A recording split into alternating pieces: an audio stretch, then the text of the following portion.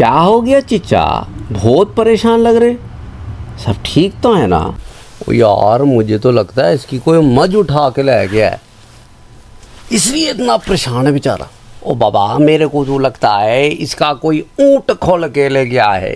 क्या कहते हो भाई हैदराबादी साहब, हुआ क्या है भाई? अजी तुम लोगों को नहीं मालूम फीफा का वर्ल्ड कप हुआ कहते?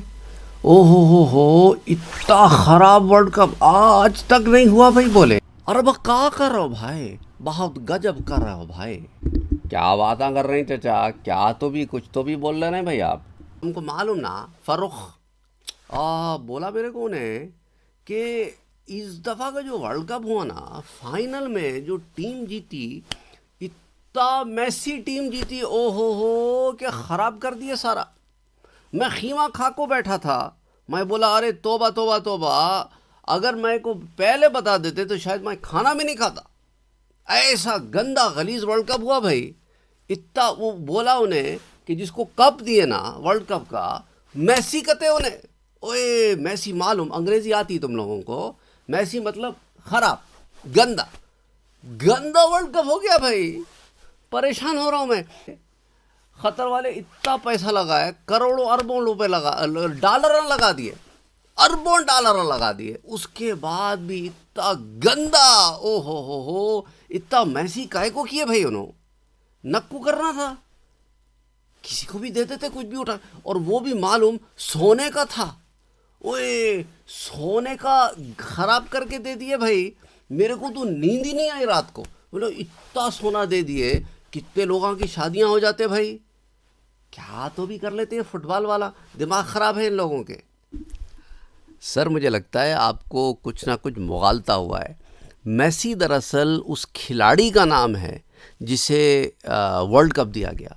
मैसी मतलब ख़राब नहीं, तो इसलिए मेरे ख़्याल से आप वहाँ कंफ्यूज हो गए।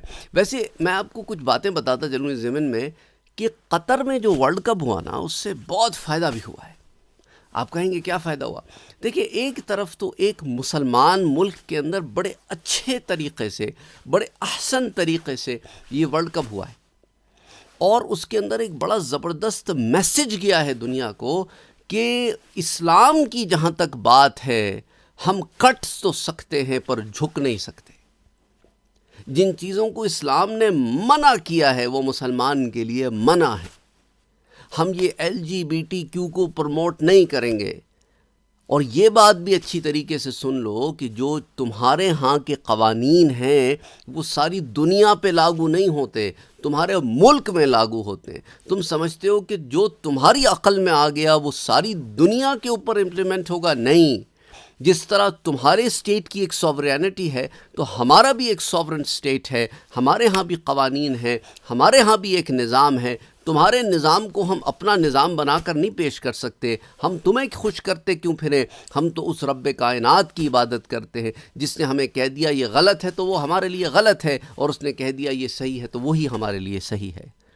तो ये जो तुम एक प्रोपेगंडे कर रहे हो, हमारी ज़मीन में आके हमारे क़वानीन को तोड़ रहे हो, इसकी इजाज़त हम तुम्हें नहीं दे सकते। हमारे मुल्क में अब तुम भी तो 18 साल तक पाबंदी लगाई है ना, तुमने कहीं 21 साल तक पाबंदी लगाई है शराब के पीने पे, हैं? क्यों लगाई है? बचपन से ही दे दो। तो तुमने भी तो पाबंदी लगाई है ना। तो हमारे रब ने इस दुनिया की सारी ज़िंदगी में पाबंदी लगा दी शराब पे। भाई पाबंदी से तो तुम भी आरी नहीं हो। किसी कोई बच्चे को कोई शराब पिला दे अंडर एज, तो तुम उसके साथ क्या करते हो? हैं? तुम्हारे यहाँ भी तो कानून है ना, तुम्हारे यहाँ भी तो कुछ ऐसे मामलात हैं जिसके ऊपर क़वानीन पास हैं, उनका तो तुम्हें बड़ा पास है। तुम क्यों नहीं तोड़ देते उन क़वानीन को? तुमने लिबास की पाबंदी क्यों लगाई है? उतार दो, अगर हुकूक़ इंसानी के ख़िलाफ़ है ना, इंसान की जो मर्ज़ी चाहे करता फिरे, अगर यही तुम्हारा थॉट प्रोसेस है तो कानून ख़त्म कर दो, अपलिफ्ट इट। नहीं करते तुम, क्यों? क्योंकि एक सोसाइटी का नॉर्म डिस्टर्ब हो जाएगा। हमारे लिए, हमारी सोसाइटी क्या, सारी इंसानियत के लिए जो नॉर्म है वो अल्लाह और उसके रसूल का हुक्म है। ये एक मैसेज था जो कतर के ज़रिए सारी दुनिया को पहुंचा, और कतर जिसे कोई शायद न जानता था। पहले बहुत सारे कतरियों ने कहा कि हमारे मुल्क के बारे में जब हम लोगों को बताते थे तो वो कहते थे कतर वो कहाँ है। अब कोई नहीं कहता कि कतर वो कहाँ है, बल्कि लोग कहते हैं चलो यार कतर चलते हैं।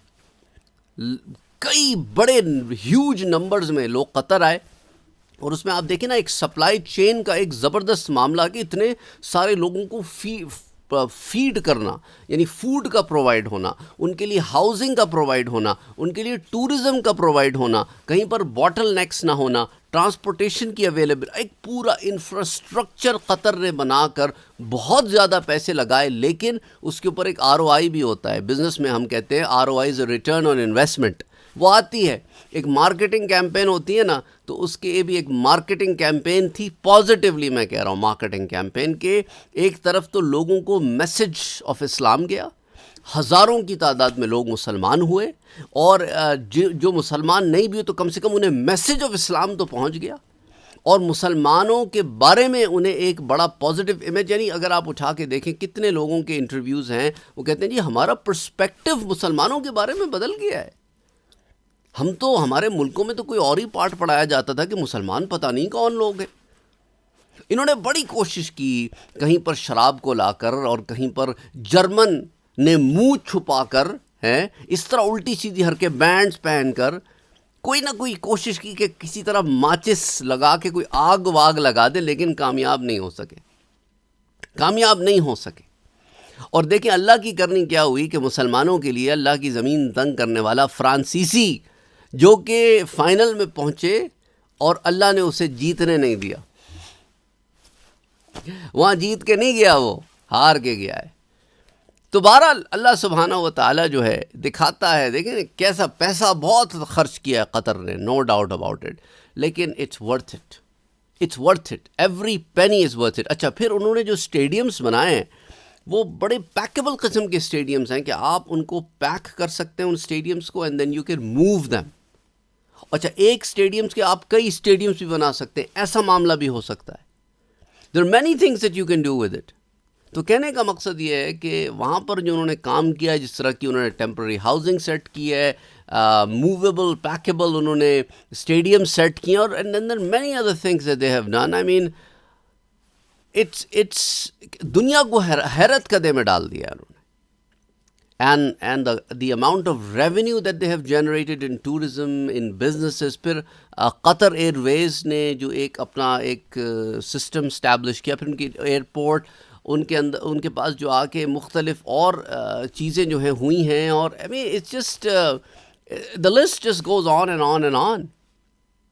تو کہنا یہاں پہ آپ کو یہ ہے کہ ڈونٹ تھنک کہ ایوری تھنگ کے اندر نا مکھی بن کے نیگیٹیوٹی نہ ڈھونڈتے رہا کریں. اگر آپ کی کسی سے نہیں بنتی، اس کا مقصد یہ نہیں ہے کہ اس کے اندر کوئی اچھائی کوئی نہیں ہے. جہاں اچھائی ہے وہاں اچھائی کو بیان کرنا چاہیے، اور جہاں برائی ہے وہاں برائی کی نشاندہی کرنی چاہیے. لیکن یہ کوئی طرز عمل نہیں ہوتا کہ لوگ جو ہے آ کر کیونکہ ان کی کسی سے مخالفت ہے تو بس اس کی کسی چیز کی پذیرائی نہ کی جائے. ایسے اٹس رانگ، اٹس بیڈ. بہرحال I hope I answered everybody's question. یہاں پر ہمارے پاس حیدرآباد سے 2 لوگ ہیں، اور بہار سے بھی ہیں، اور ہمارے ہاں پنجاب سے اور سندھ سے کافی لوگوں کی ریپرزنٹیٹیو ہے. خان صاحب از مسنگ ٹوڈے. انشاءاللہ نیکسٹ ٹائم پھر خان صاحب سے بھی بات ہوگی. السلام علیکم ورحمۃ اللہ وبرکاتہ.